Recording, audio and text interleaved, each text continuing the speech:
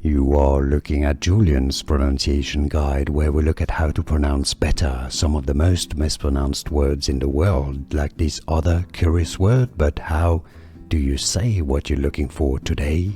Let's learn once and for all how to pronounce this word from Spanish, and how you can easily say it in English, even if you don't speak Spanish. If you want to learn more Spanish vocabulary, stay tuned. I've got many more videos for you. Spanish pronunciation here, how to pronounce ayer. Ayer. The stress is on the yer syllable. Ayer.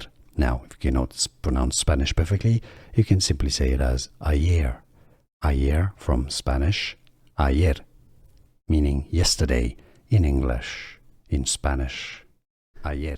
Here are more videos on how to pronounce more confusing words and names too many mispronounced. Like this video if you found it useful. I appreciate your support. I'll see you soon, and thanks for watching.